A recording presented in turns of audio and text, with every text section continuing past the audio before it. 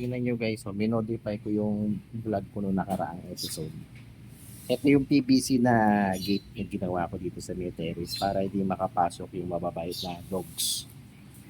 Yung cat, hindi natin maiwasan yun kasi mga pusa yan eh. So ang ginawa natin dito, eto, galing nga sa PVC na ano yata to, 3/4 bang di uno.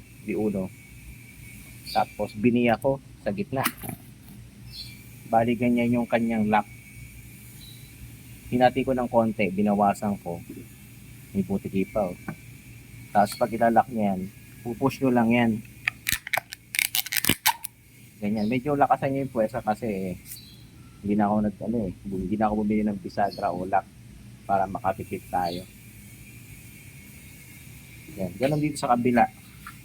Ito naman, seamless to. Di uno yan, tapos biniya ko sa gitna. Ito ngayon ang magiging bisagra. So, pakita ko sa inyo. Tanggalin niya dito, may hawakan siya dito.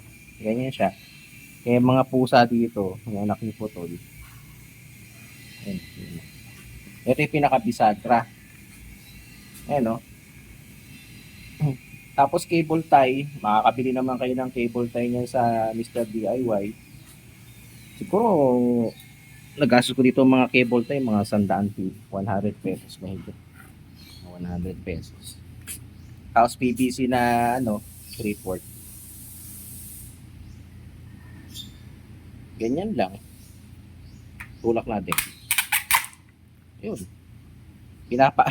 Kasi medyo masikip. Ang kagandahan naman kasi nito, kahit lundagin niya ng aso, hindi yung basta-basta mabubuksan yan.